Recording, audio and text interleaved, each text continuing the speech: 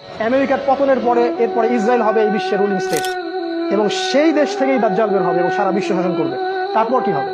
তারপরে এই মালহামাটা হবে যার কথা বললাম, অথবা এই মালহামার পরে ইসরায়েল হবে এই বিশ্বের রুলিং স্টেট। তারপরে এদেরকে প্রতিহত করার জন্য আল্লাহ রাব্বুল আলামিন মুসলিমদেরকে ঐক্যবদ্ধ করবেন। প্রত্যেকটা দেশ, প্রত্যেকটা গ্রাম, প্রতিটা জায়গায় যারা ইমানদার যুবক থাকবে, যুবকদের কথা এই জন্য বলছি তার কারণ তাদের হায়াত থাকবে ইনশাআল্লাহ, আল্লাহ চাইবে।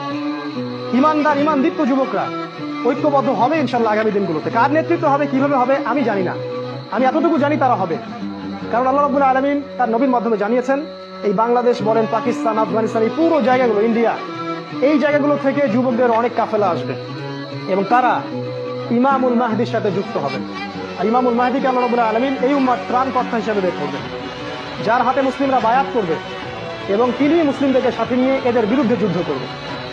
এবং এই যুদ্ধে প্রথম দিকে মুসলিমরা অনেক পরাজিত অবস্থায় থাকবে, অনেক মুসলিম মারা যাবে। আল্লাহ রাসূল বলেছেন 3 ভাগের 1 ভাগ মুসলিমই শহীদ হয়ে যাবে।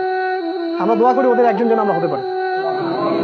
1 ভাগ মুসলিম যুদ্ধের ময়দান থেকে পালাই যাবে। নবীজি বলেছেন এদেরকে আল্লাহ কখনো মাফ করবেন না, আমরা ওদের অন্তর্ভুক্ত হতে চাই না। আমাদের নবীজি বলেছেন 1 ভাগ মুসলিম বাকি থাকবে, অল্প কিছু মুসলিম, আল্লাহ ভালো জানেন, অল্প কিছু মুসলিম, এই মুসলিমদের হাতে আল্লাহ পাক বিজয় দান করবে এবং ওই পশ্চিমা সভ্যতার পতন ঘটবে। আমেরিকা বলে কোনো কান্ট্রি পৃথিবীতে থাকবে না, ইসরায়েল ধ্বংস হবে, পুরো ব্রিটেন পশ্চিমা সভ্যতা ধ্বংস হয়ে যাবে, পৃথিবীর আয়তন কমে আসবে, টেকনোলজি গুলাও চলে যাবে, মানুষ আবার ওই ঘোড়া, ওই ঢাল, ওই তলোয়ারের যুগে ফিরে যাবে, ঠিক আগের যুগে। এরা যতই বলো ভিশন 2050 ইত্যাদি ইত্যাদি, এগুলোতে কান দিবেন না। এরা হচ্ছে সব অন্ধ মানুষ, অন্ধ।